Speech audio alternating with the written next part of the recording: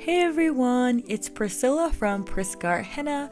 Welcome to my channel. If you love henna or jagua art, make sure to subscribe and follow along as I do different tutorials and videos like this. Hope you're doing well today. Let me know in the comments what video you want to see next as well. So today I was drawing on my arm because I usually don't do henna on myself. You'd think I do it on myself more often, but I don't because usually I don't know what I want or I don't feel like waiting 15 to 30 minutes for it to dry. But we had a festival coming up, the Melbourne Strawberry Fest, and I wanted to have a design on my skin because it's good to have kind of a stain on your arm so that when customers come, they can see what the stain will look like and they know your henna stain's good, etc. And also, I get a lot of people who are dark skinned like me and they want to see that the henna stains on their arm, which I think is a fair enough question because a lot of people assume that because you're dark skinned that the henna will not stain, and that's honestly not true. The darker your skin is, the darker the henna actually stains. Obviously it stains darker, not obviously.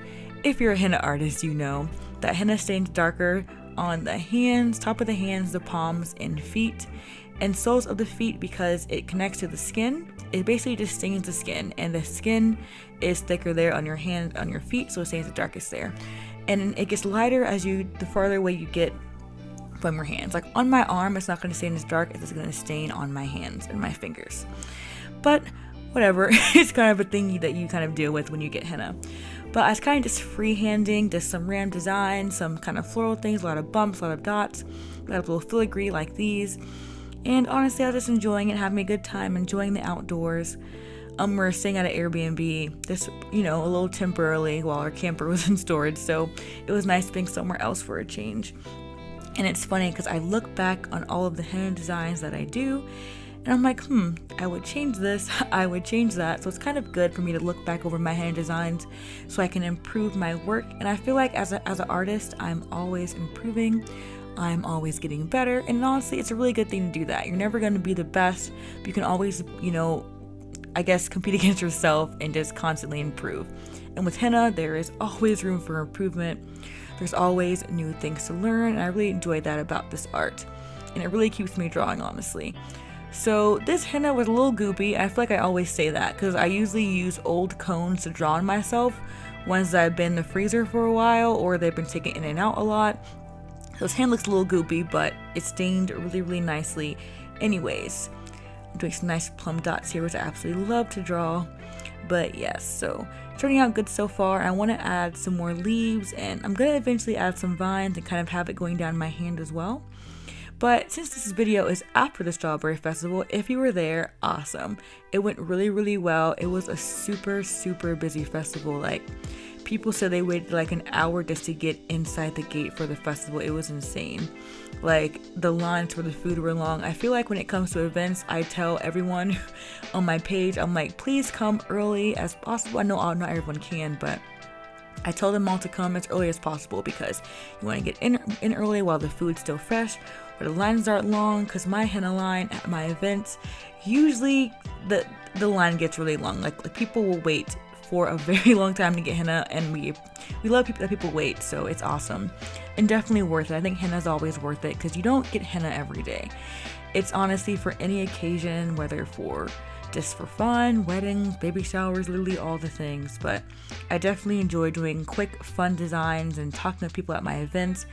The conversations is honestly the best part. The people I meet really make my events just so amazing.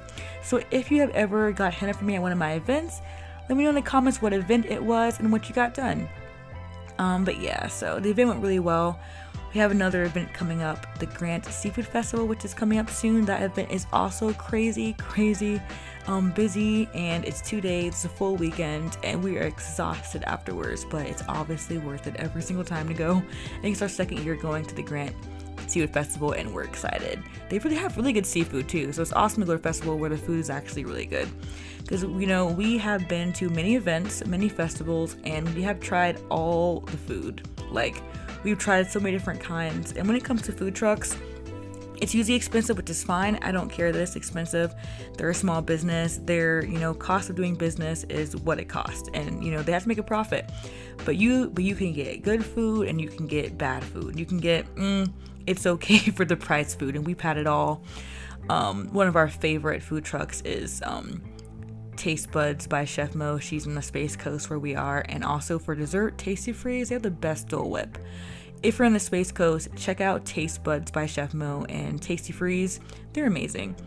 But anyway, back to the design. I wanted to do a nice little flower in my hand because I love flowers, in case you couldn't tell.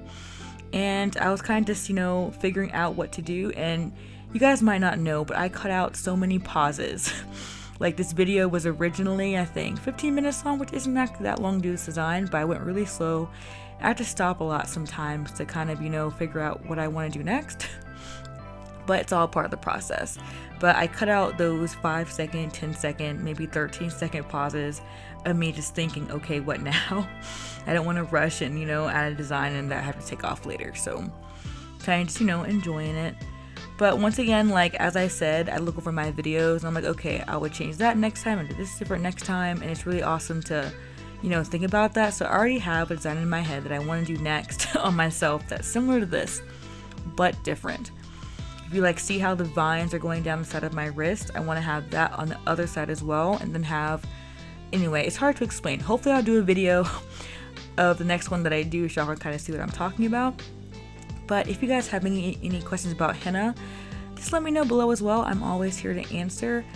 Also, my website has a full page of henna frequently asked questions and things like that. But yes, it's a really fun art to do, and I encourage everyone, if you want to learn it, I'll hopefully be selling henna cones again soon, because I'm always so iffy, because I'm like, okay, what if it turns out good for me, not good for them? But I'm like, bruh, my henna cones are fine. So hopefully I'll have some more for sale soon, if anything locally. But yeah, that's a hope. I'm not gonna hold myself to it, but I did say I was gonna have them, so I'm probably gonna have a listing for it soon. So definitely keep an eye out on my Facebook and Instagram website for when I post about it. And I'll see on my new videos if it's happening. I'll put the link below as well if I'm selling cones. But anyway, back to the design. I really like dots and dangles and vines and things like that. Things that kind of just flow to a different side of the hand. I think it's a nice little kind of a henna flow. I like how it turns out, and obviously so many swirls. You can never have too many swirls when you're drawing. And if you're practicing henna, you're trying to get better at it, or you're really good and you just want to, learn something new, I will be having new tutorials, hopefully uploaded very soon. I have been so busy lately with my crochet business and my henna. I've been going back and forth. So I haven't posted a lot of videos in a while, but thank you guys for watching. And I appreciate it. If you made it this far in the video, leave a flower emoji in the comments. That would be so awesome if you made it this far. But yes, this part, ignore that.